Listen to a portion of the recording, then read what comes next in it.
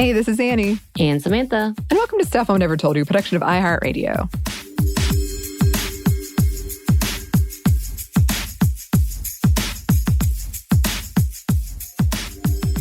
Before we start, just a quick content warning for this one, because we are talking about slashers, so there's some sort of violence and gruesome stuff. We're talking about some Harvey Weinstein stuff, so some sexual abuse and assault, some stuff with just not great treatment of women. Also some slut-shaming, victim-blaming stuff, because again, slashers and horror movies. But all right, let's get into it. Today, we want to thank a listener who sent in a bunch of recent suggestions for our ongoing Halloween/spooky content, Jessica. So thank you, Jessica, for suggesting we look into Scream Queens. Yes, which has been very, very fun. There are surprisingly a lot of definitions around Scream Queens and some confusion about what they were. I will say, for me, I thought a Scream Queen was basically a final girl, but iconic. Like in multiple movies, has reached sort of legendary status. That's what I thought a Scream Queen was. Yeah. My idea of Scream Queen was literally those who scream really well. You know, like I may have been too on the nose, because in my mind, I have a picture of Sarah Michelle Gellar, I think from I Know What You Did Last Summer, where it's that scream, where it's like the horrid face, but it's that shrill, perfect scream. And I feel like maybe because I've watched Supernatural way too many times, and you know, there's often someone screams, like I would compare who could do it well. And because I'm like, could I do that scream, that high, like real, like terrified scream? So I thought it was someone who could master that and would be known for that. Yeah. So I had a complete different take. I think together we're kind of correct. we're missing some pieces of it, but it's together. That's pretty much what it is.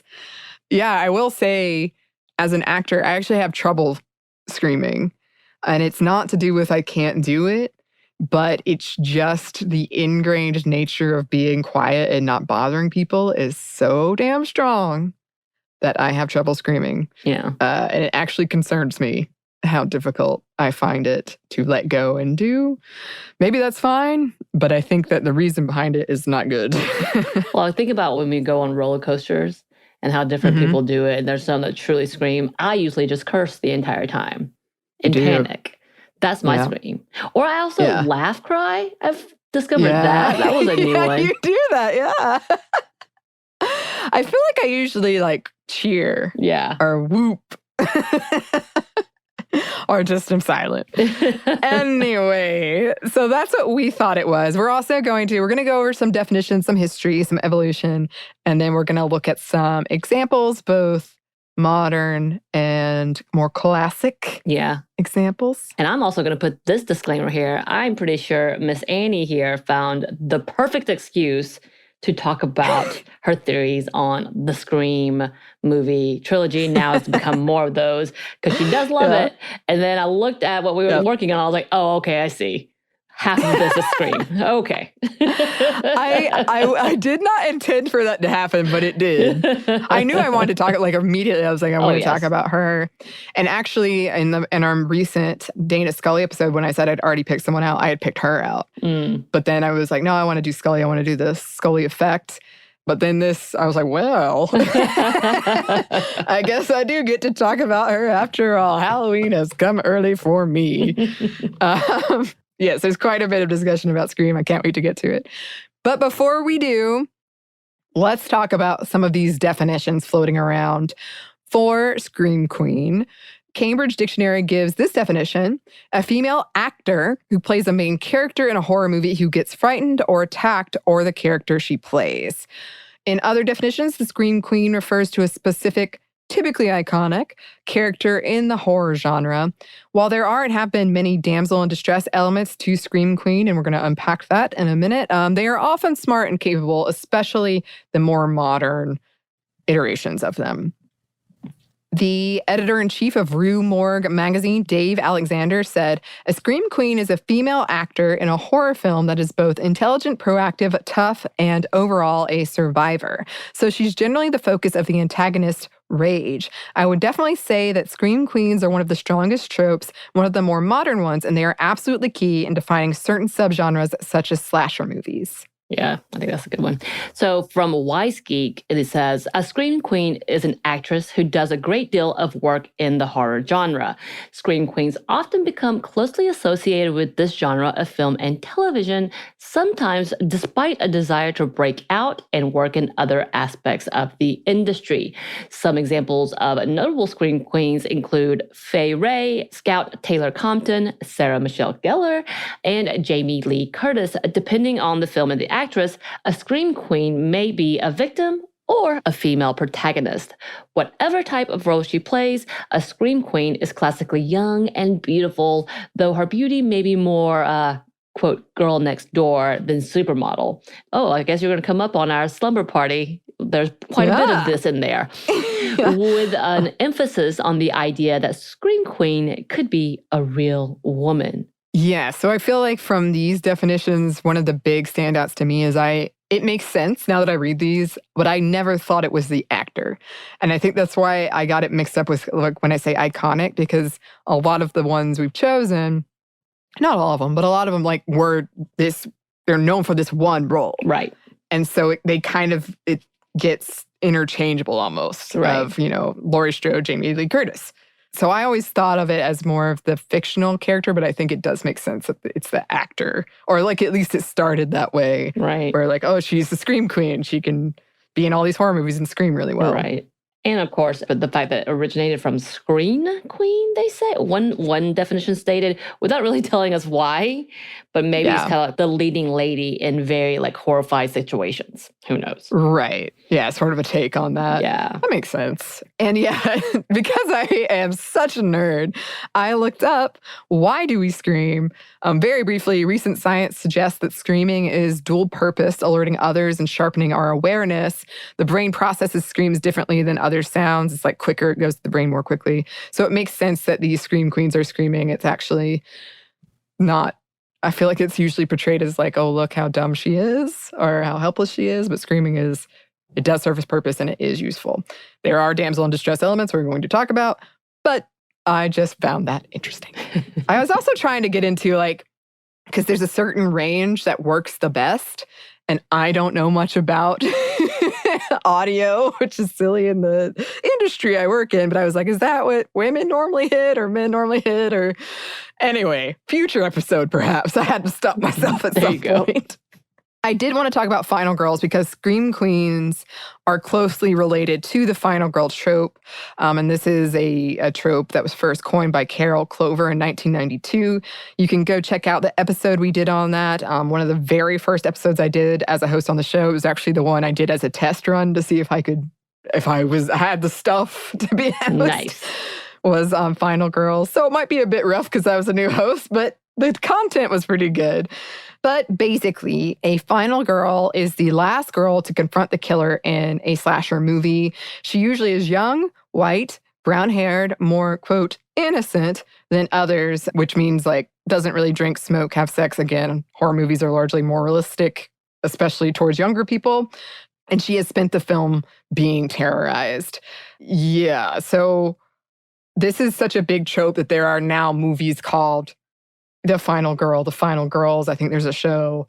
It was like Key and Cabin in the Woods is The Final Girl. So you know what it is. Like, even if you never heard that term before, if you've seen like a couple of horror movies, you know what this is. Exactly.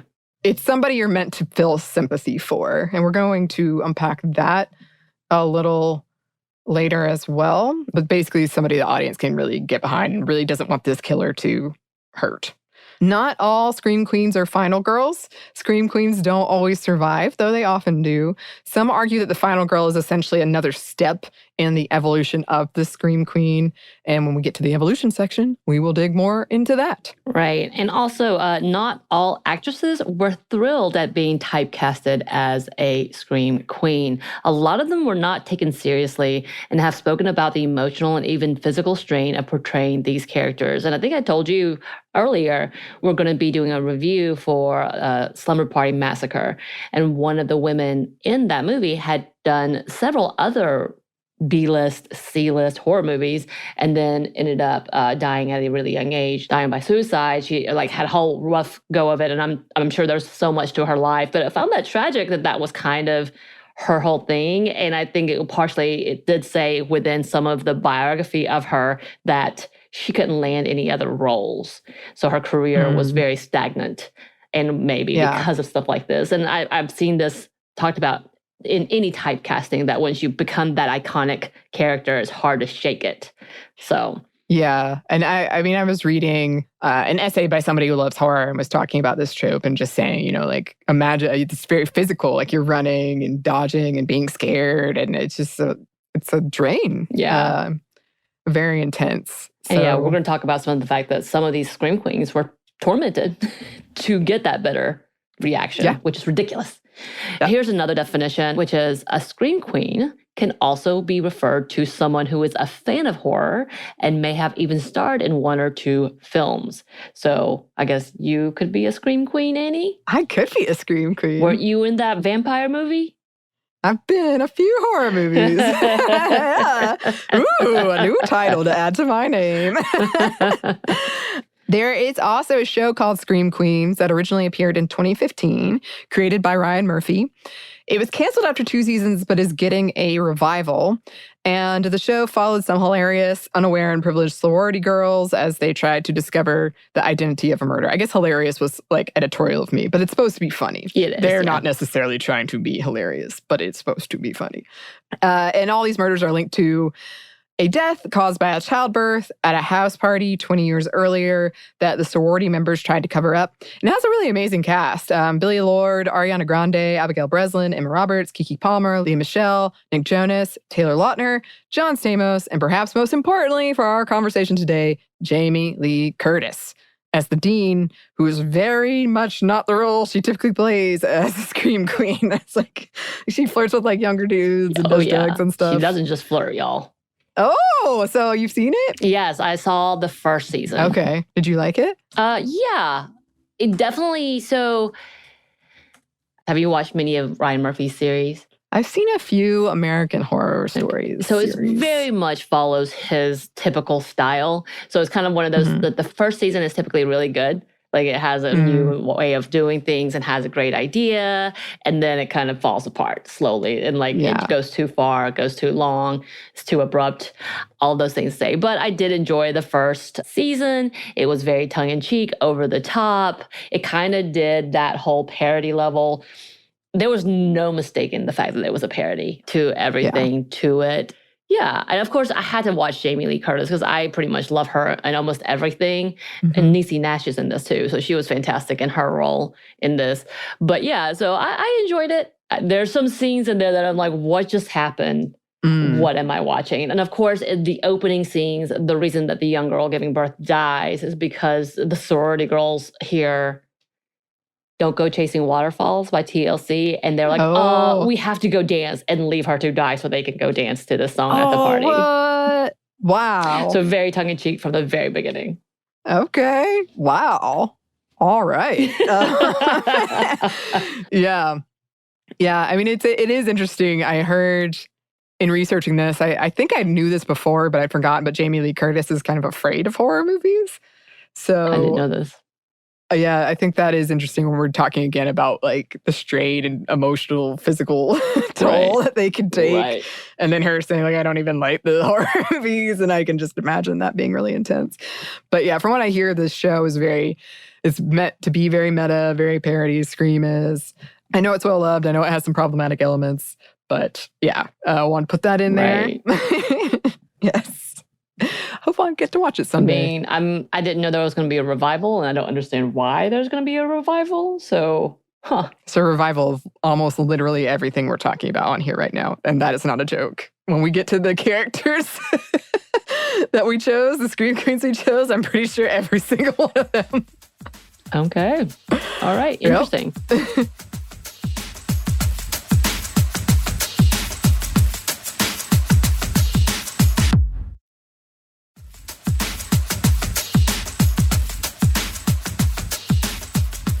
So let's talk about the evolution. As mentioned, the Scream Queen has evolved over the years. As we said, many of the early Scream Queens, like Fay Wray in King Kong, are very much damsels in distress. Again, we're thinking it's coming from Scream Queen. So she's very iconic, blonde, beautiful, tormented by monsters, who spend the entire time screaming and crying and fainting and needing rescuing. I just remembered her flopping about in King Kong's arms as just and then passes out. Yeah. I forgot about the fainting. Yeah. How common that used to be. She looks up and faints again and looks up and faints again. Mm-hmm. Yes. She's often sexualized for the male gaze. Yes, she has less and less clothes throughout the movie. Yeah. More of an object than a fleshed out character. And she was not the one to confront the villain, but rather cowered from them, serving as the prize for the man who did.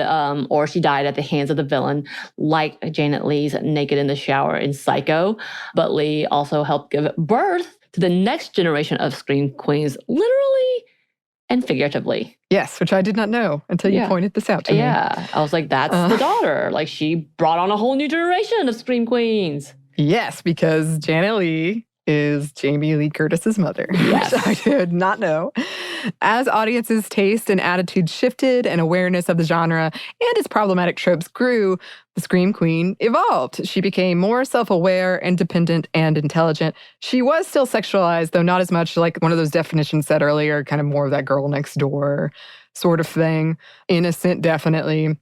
She spent a lot of time screaming and crying, but she had more agency and competency. She was often the hero, able to survive and outwit the villain, even in the face of terror, though sometimes she did still need saving. I totally forgot in the original Halloween, the psychiatrist guy. Yeah. I totally forgot he showed up and was like, I'll do it. But yes, Jamie Lee Curtis, speaking of, is one of the most iconic Scream Queens from this period. Right. And nowadays, as some of the classic Scream Queens are reprising their roles in new additions to their franchises, the trope has expanded to include proactive, traumatized, vengeful seekers. They spend the entire film show facing off with the villain instead of spending most of it as a terrified victim before becoming the empowered survivor. I know in a lot of them, when they do have old characters come back, they're the ones that usually die. Yeah. Carrie I have a lot of thoughts about that. Yeah. Carrie, so they had the original young lady who survived the whole thing because she wasn't allowed to go to the prom. In the remake that just happened, she actually dies. Trying to save them, I believe. I feel like it's a narrative tool of both, here's this character you probably loved, so you can have that nostalgia factor, and then taking the risky move of killing them off, which is either going to really make people angry or make them care. Yeah. Oh, loss is real in this movie. There are emotional stakes. But I feel like that happens a lot when something's being revived. They bring back an old character and then kill them. They did. They also do a lot of teaching and educating the new generation on how to survive. And the new generation usually ignores them until it comes back to a flashback. I was like, oh yeah, they said do this. They always say that they're crazy. They don't know what they're talking about. That person is a cuckoo. Right. Which is what I saw with Silent Hill, Annie. Oh, I can't wait till we talk about that. I have so much to say. Anyway, and their trauma is more apparent and explored. So they do a little bit of a fleshing out, at least past traumas. And some have even become feminist icons. Yes, again, we look at Jamie Lee Curtis as a feminist icon, as being a Scream Queen that survives. Yeah. All the good stuffs. Yeah, well, and that's interesting. As I said it, I think I wonder if one of the kind of evolution of the Scream Queen is, it goes from Jamie Lee Curtis is too pure and still does need saving. In the original Halloween, like even if she did survive and she was competent, a man still had to come in because they didn't want her to be the killer and like dirty herself in that way. Whereas this next evolution is they're coming for you. Yeah. They're gonna get that killer. But yeah, you could argue that this and the final girl trope plays into the idea of the perfect victim. The fact that these are tropes that revolve around women being victimized was calculated. The belief that women would get more sympathy more easily from the audience, that they were weaker, so it was scarier, and that they could still be sexualized for the male gaze.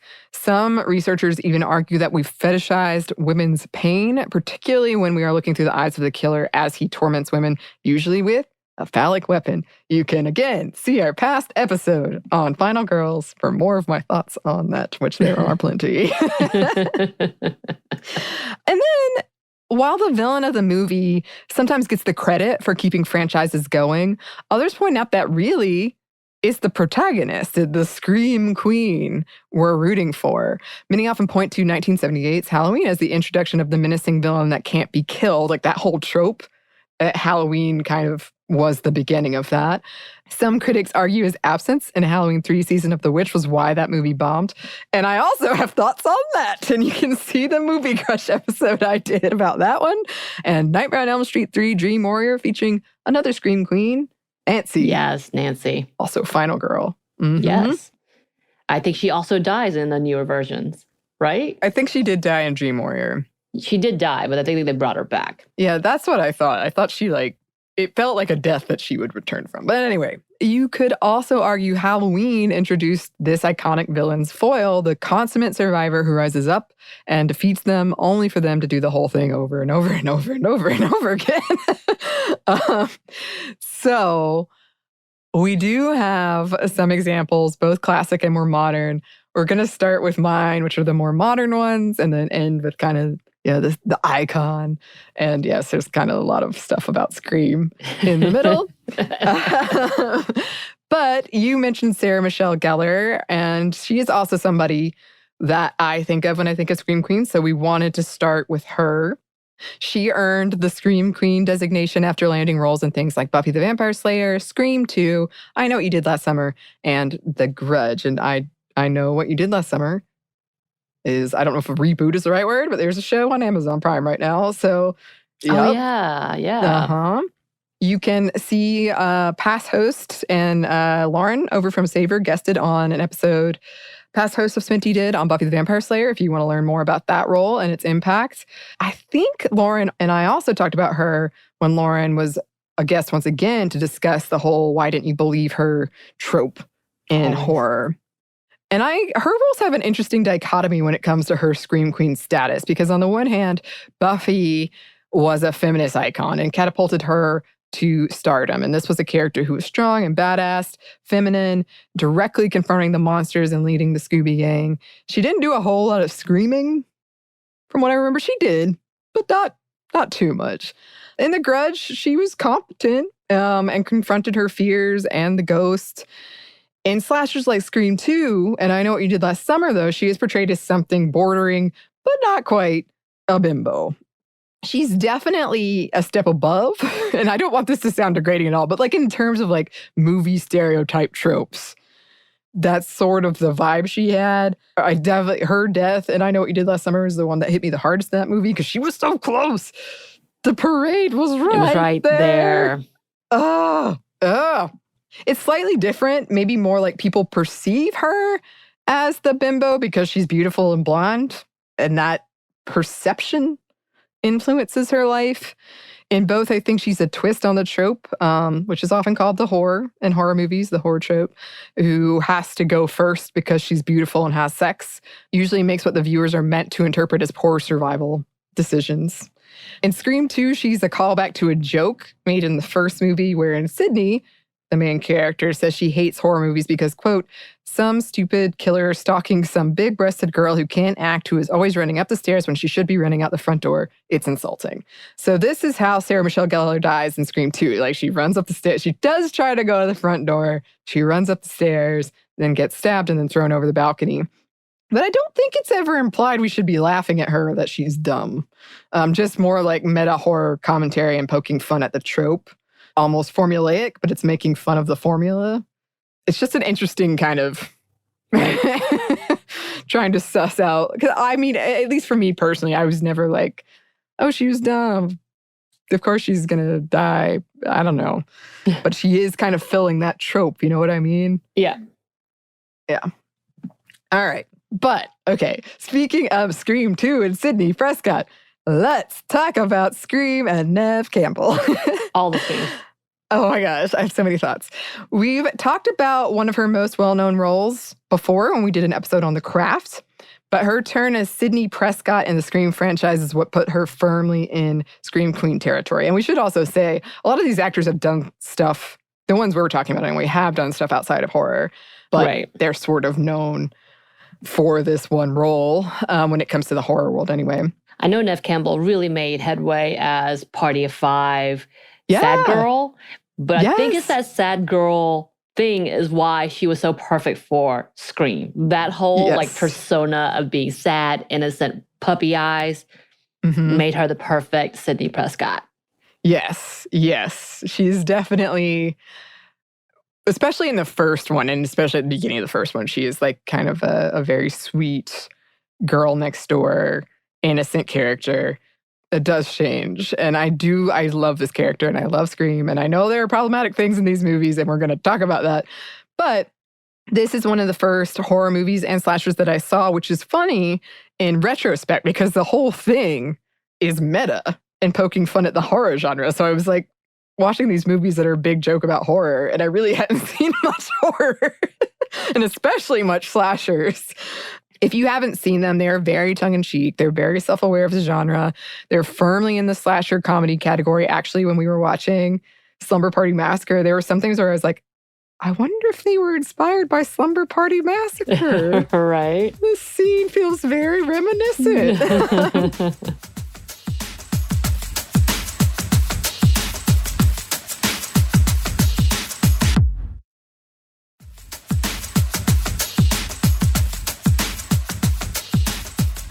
The first movie debuted in 1996 and was followed by Scream 2, Scream 3, Scream 4, and now Scream 5, which is set to come out in January 2022. At their core, they center on Sidney Prescott and the serial killer or killers trying to murder her and a bunch of people in her orbit. Sidney Prescott grew up in Woodsboro, surviving being the target of 7 serial killers so far. So many. There's going to at least one more, maybe 2 or 3, including one who was her half-brother. And that is one way this franchise is different than something like Halloween. The Ghostface serial killer is always someone different. It's not the same person coming back over and over and over again. She has physically confronted them and outsmarted them on several occasions. Calling back to horror tropes, she always takes the final just-in-case shot to make sure they're really dead, except one time. So, yes, in the third one, she didn't. So Sidney has quite the kill count and has lost quite a lot of people. In the movie, she wrote a book about her experiences in hopes of helping others, but the fame and attention just once again made her the target of a serial killer, another family member, in fact. That's something these movies examine, the fame aspect of serial killers and those that survive them, in part with the fictional in-world film series based on the events of Scream, called Stab. There's a lot of commentary on art imitating life in them. After her mother was murdered, she provided the key testimony against Cotton Weary, and yes, the names are fantastic in these movies. The man her mom was having an affair with, though it later turned out she was wrong. Not about the affair, but about him killing her. I saw the first 2 movies when I was 9 years old. I saved up and purchased about 9 horror movies from a shop called Media Play that isn't around anymore. But it used to be like a big deal. My family would go. And the guy who was checking me out did not say anything, didn't card me. Or, I mean, obviously I was 9, but he didn't say anything. And I mean, looking back, should I have been watching these? No. But for some reason, I immediately loved Scream and I loved Sidney. I loved the fun of pointing out the tropes and still using them, of making you suspect everybody, of directly discussing the rules of horror movies and surviving them. No sex for women, no showing your tits, no drugs, or no alcohol. Never say I'll be right back. In the sequels, they expound on those rules, and they base it on, like, what happens in a sequel, what happens in a trilogy, all that stuff. They even comment on Jamie Lee Curtis being a scream queen, and also her boobs, of course. I bought the soundtracks. I tried to pull off the haircut, which I was like, I'm kind of doing it now. Yeah, for sure. I did not pull it off when I was a kid. No. But I did love Sydney. I loved how she flipped the tables on the killers at the end, how she toyed with them and she scared them, ultimately killed them. We see her standing up for herself and punching Courtney Cox's character, Gail Weathers, and not once but twice. And they still have like an interesting friendship thing going on.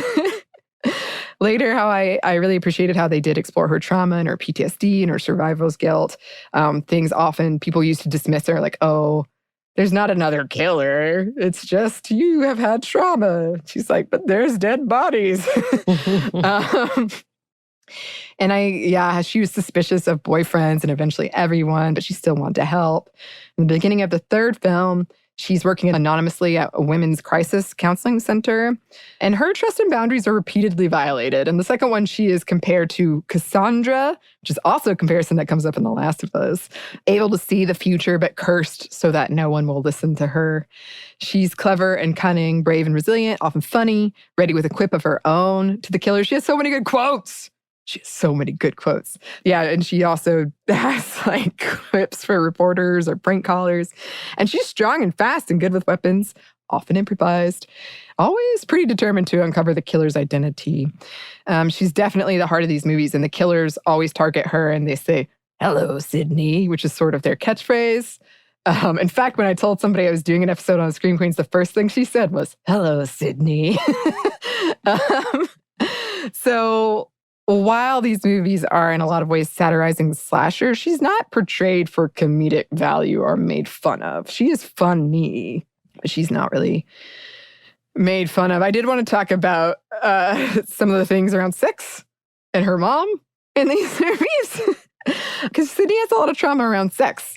In the first movie, she is a high schooler who's painted as the innocent girl next door type, when her boyfriend, Billy Loomis, who she later finds out is the killer, who has just been dating her for revenge, which is awful, sneaks into her bedroom at the beginning of the movie. He pressures her to have sex, saying he's ready to move their relationship to rated R, and that she has a chastity belt on and he would like her to remove it.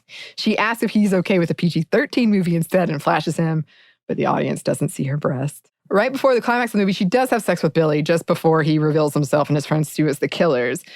And just a note, she did suspect Billy early in the movie, and she was right to, but he gaslighted her real hard and made her feel really guilty about it, which is in part why she agrees to have sex. Not the only reason, but it is a factor. After they caught her, they said because she had sex, she loses and has to die, and that she shouldn't have, quote, given it up.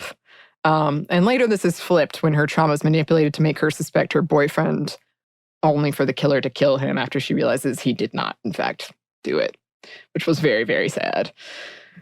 Okay, but speaking of, the whole plot is essentially spurred on by Sydney's mother cheating, or some other grievance against her, including her turning away her child, Sydney's half-brother, once again, blaming it on the mother.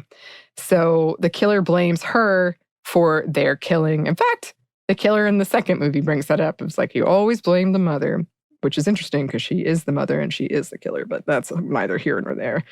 One of the killers said that Sydney's mom was flashing her all around town, even though she's no Sharon Stone. Because of this, Sydney is understandably reticent around sex and talks about how she has trauma around the fact that the whole country knows about how her mom cheated and that they seem to blame her for her own death, i.e. sex she was having led to her mom's death in Sydney's mind, and everyone knows it and has an opinion they're happy to discuss about it. She sees how her mom is slut-shamed and victim-blamed, and she's kind of taking these precautions to make sure she is not. In fact, in the first one, no one takes her seriously because of her mom's bad reputation, thinking Sydney is just out for more attention. And as the movies explored this idea more, it turns out her mom, Maureen, went to Hollywood to become an actor, starring in many B horror movies, becoming something of a scream queen.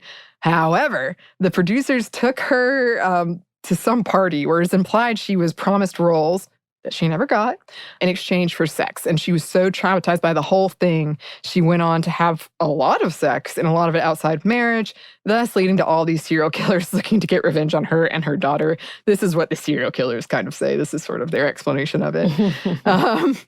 Which, yes, a lot of blaming of women and the mother going on, and that moralizing that horror movies often do. Though I would argue I never personally blamed Sydney's mom for these. Mostly dudes killing people.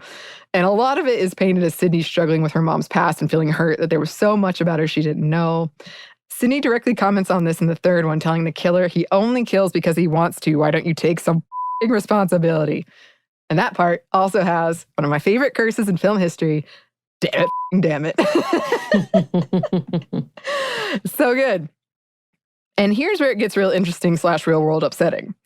Scream 3 takes place in Hollywood on the set of Stab 3 and brings to light the trauma her mother went through there. The producer is saying something along the lines like, she was asking for it. This is Hollywood. That's just what happens. That's how women get parts.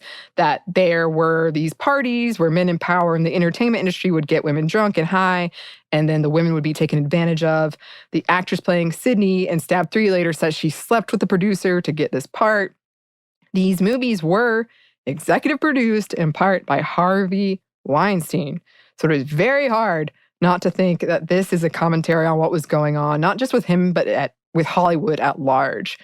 Rose McGowan, who starred in the first Scream, later described Weinstein raping her a year after the movie came out. Many articles have been written about this. Adam White wrote in 2020 that the film was, quote, an angry indictment of sexual misconduct in Hollywood, predatory men, and the casting couch. The editor said that Wes Craven's intentions around this Weinstein-esque producer in Scream 3 were, quote, Wes, I think, was very interested in that character as not necessarily the villain. He certainly is a villain, but as a catalyst for the villain's motivation. He's really the spark for the events, or retconned that he is the spark for the events in the entire series. Sydney's half-brother, the killer and child of their mother, Maureen, the producer, says that what they did to their mom made her a slut. That's his words again, not mine, and ruined their lives. Also, Carrie Fisher has a cameo as a Carrie Fisher lookalike, saying Carrie Fisher only got the role of Princess Leia because she slept with George Lucas. And with a lot of movies I've watched lately, it has been interesting. This even comes up in White Black Swan, is kind of, the woman must have slept with them to get whatever they got. That is the only way. So yeah, it is upsetting that this is enough of a thing that they're like, yeah, we'll make a movie on it. And then just to wrap up this very long Sidney Prescott section, I did watch the trailer. I was kind of putting it off because I think I actually would be devastated if she died. But the trailer for Scream 5 came out like the day we were talking about doing this. But it had a lot of the things we're talking about, where she says, like, I'm Sidney Prescott. Of course, I have a gun. I've been through this a lot. There are certain rules to surviving. Don't with the original. So we'll see. We'll see what happens. Yeah. Good rundown. Thank you. I know you've been waiting and holding that in because I already had half the speech when we watched Scream 3. I did. I was like, we have to watch Scream 3 and I have to tell you all these things. I am that annoying person. So we had to purposely get it that weekend. Like, we have to watch this. You've never seen it? And I was like, no. Oh my God. And then we did. And then she told me everything. Yes. I try to hold it back, but sometimes I just can't. She just can't, y'all.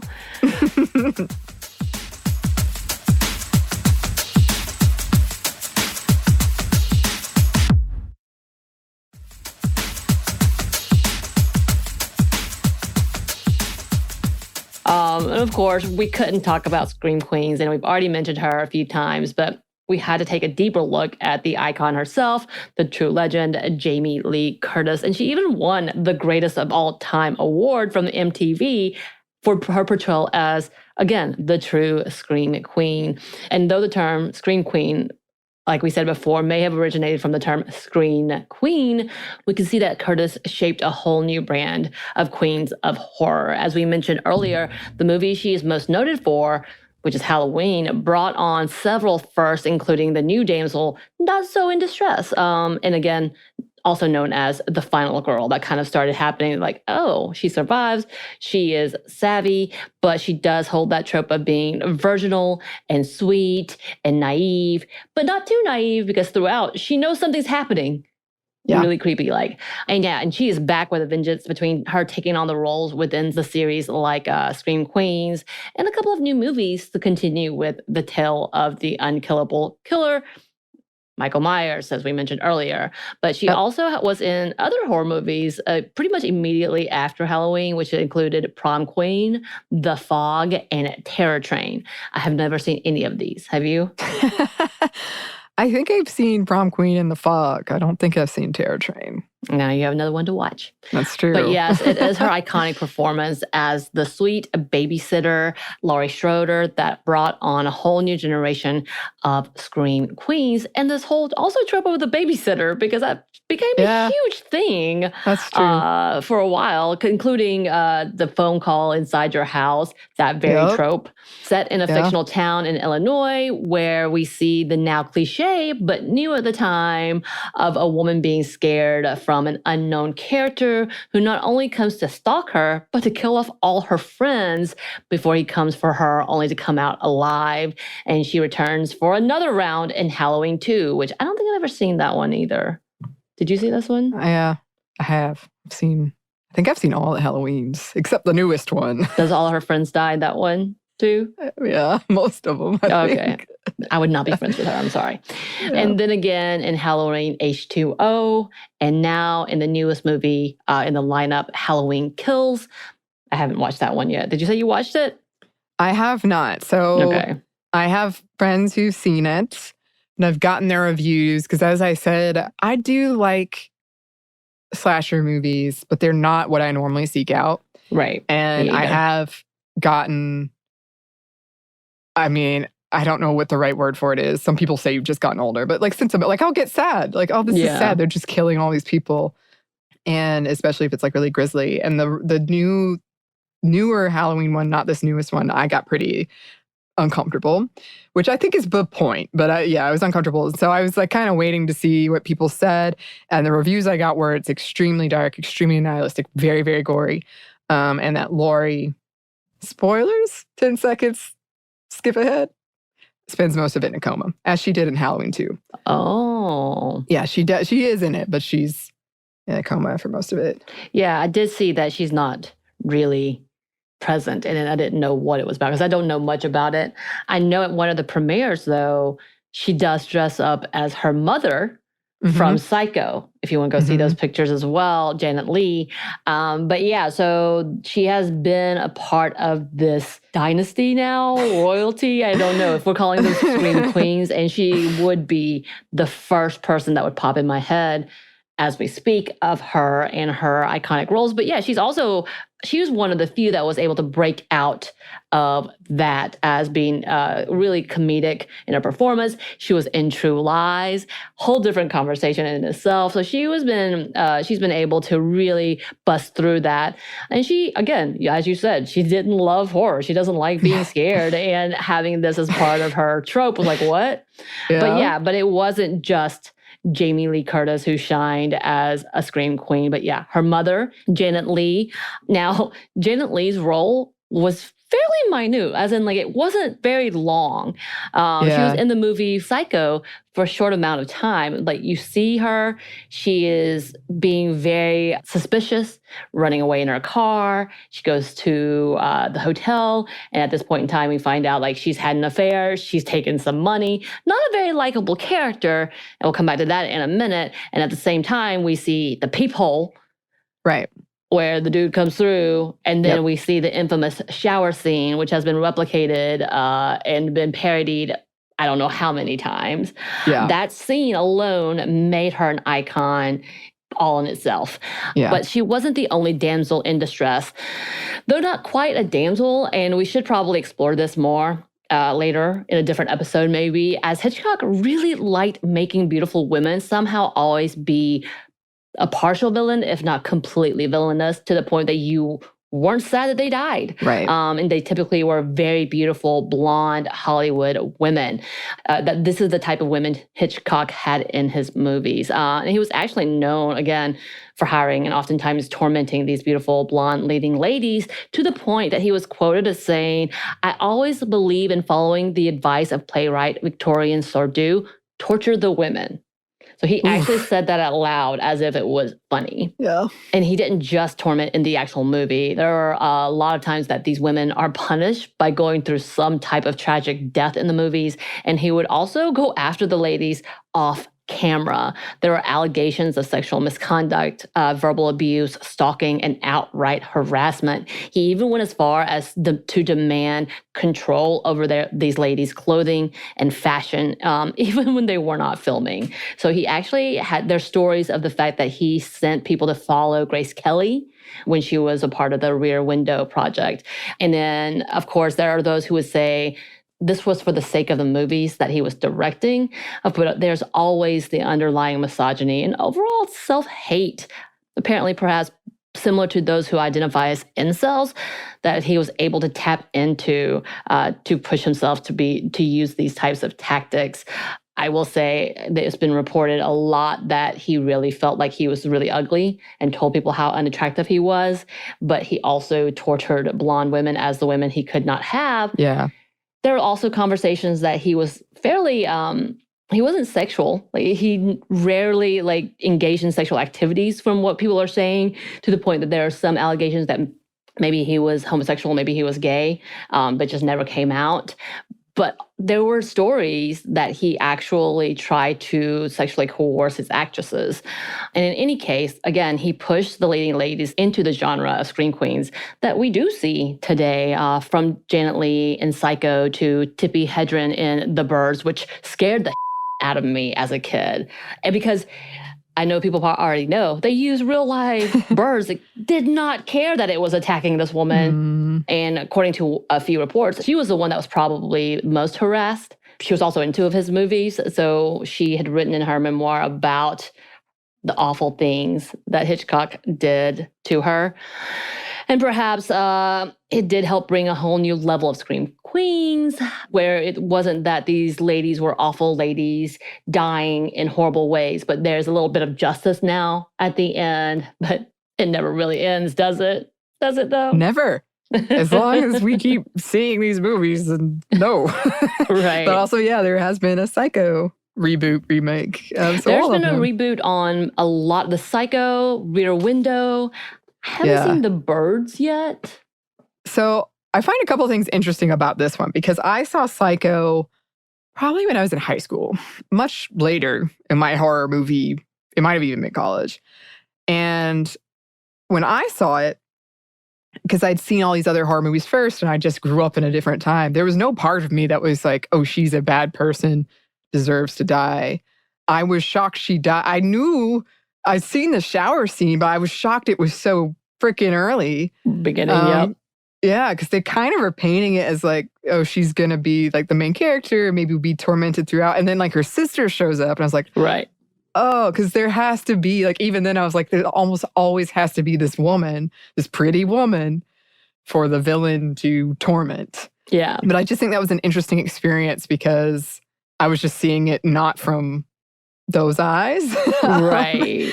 Right. Yeah. And I am a huge fan of old movies. Like I love musicals. I love like old things. But what you start realizing, some of the awful tactics behind it and some of the actualities of these movies, including most of Hitchcock films, you're like, what the hell? And it does change what you saw versus what you thought you saw. Because Right. yeah, you never, if you don't pay attention, you really don't know why she ran away. For the longest time, I was trying to figure out why she ran away. Like, I don't get it. I don't get it. Is she meeting somebody? I don't get it. And then you realize, oh, she embezzled money. Yeah. Oh, Yeah. she's a harlot, as they would say, because she had an affair with a very flirty boss. But yeah, there's also, because he does this to all of it. There's something that's like a little off about the women, that they're not purely innocent. Yeah. Does the same thing with Strangers on a Train, like to the point that there was almost like a sigh of relief when some of the audience watched her being strangled to death. And you're like, yeah. why? Yeah. But because he made it that way. He wanted that trope to be that way. And I found that very fascinating to like, oh man, you were really twisted and you had a lot of issues, bruh. Yeah. I mean, there's a lot to be said that. I feel like one of the more recent examples when I was watching the new Jurassic World, and there was that like babysitting character. I might have told this story before, but I mean, she was supposed to be so annoying. And I felt like, she was not that annoying. Like, I would be annoyed too if my boss was like, here are these two random kids, and watch them. Yeah. But when she died, and she dies like a long, drawn-out death, people were laughing, and I was like, wow, okay. But I kind of get the vibe. Like, I get having like a villainous character and being relieved when they're gone. But I feel like with these women, like, often that they're not, like, maybe they're not great, but it's not like killing worthy. Like, revel in their death. Is that how you think she deserved to be stabbed to death in the shower from a peeping Tom because he had mommy issues?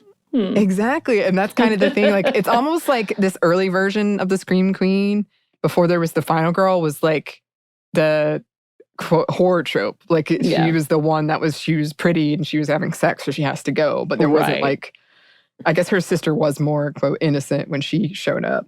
Another thing I find interesting about this example, when you type in like Scream Queens, for me, a lot of the examples that come up on like top 20 Scream Queen lists, it was like one actor, one role.